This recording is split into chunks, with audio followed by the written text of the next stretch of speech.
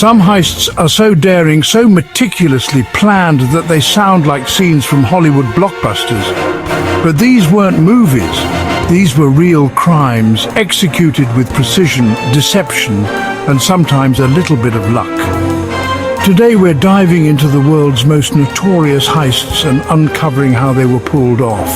And at the end we'll discuss one heist that hasn't been solved to this day. In 1911, the most famous painting in the world, the Mona Lisa, was stolen in broad daylight. The thief, an Italian handyman named Vincenzo Perugia. Dressed in a white smock like the museum workers, he simply hid inside overnight and walked out the next morning with the masterpiece under his coat. It took the police over 2 years to catch him when he tried to sell the painting in Italy. His motive? Patriotism. He believed the painting belonged in Italy, not France. Imagine stopping a moving train, loading it with millions and disappearing into the night. That's exactly what a gang of 15 criminals did in the UK's Great Train Robbery of 1963. Using a fake railway signal, they halted the Royal Mail train, overpowered the crew, and made off with what would be worth over $70 million today. Their hideout? A remote farmhouse where they divided the loot, but careless mistakes, like leaving fingerprints behind, led to their eventual capture. In 1997, Alan Pace pulled off the largest cash heist in US history because he was the security inspector of the very vault he robbed. Knowing every blind spot, camera angle and security loophole, he and his crew stole $18.9 million from the Dunbar Armored Facility in Los Angeles.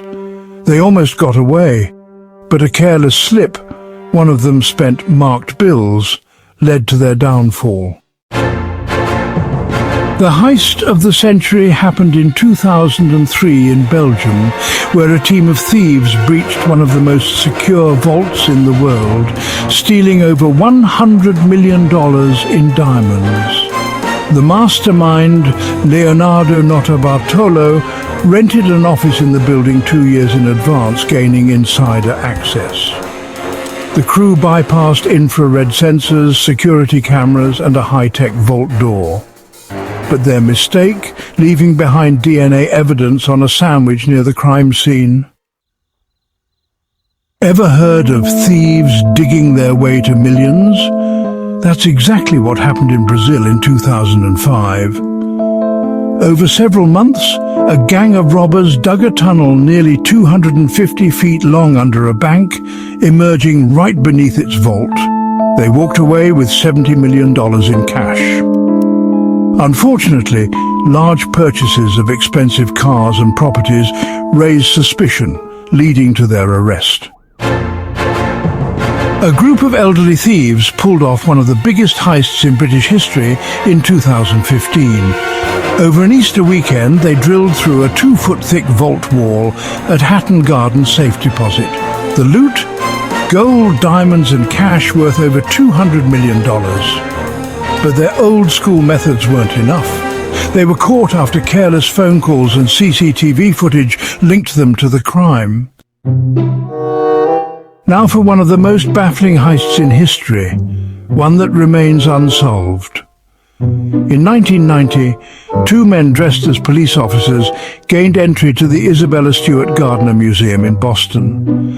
Once inside, they tied up the guards and stole 13 pieces of priceless art, including works by Vermeer and Rembrandt, worth over $500 million. The stolen artwork has never been recovered, and the mystery of who took them and where they are today remains unsolved. These heists weren't just about stealing. They were about outsmarting security, bending the rules, and sometimes making the one mistake that led to capture.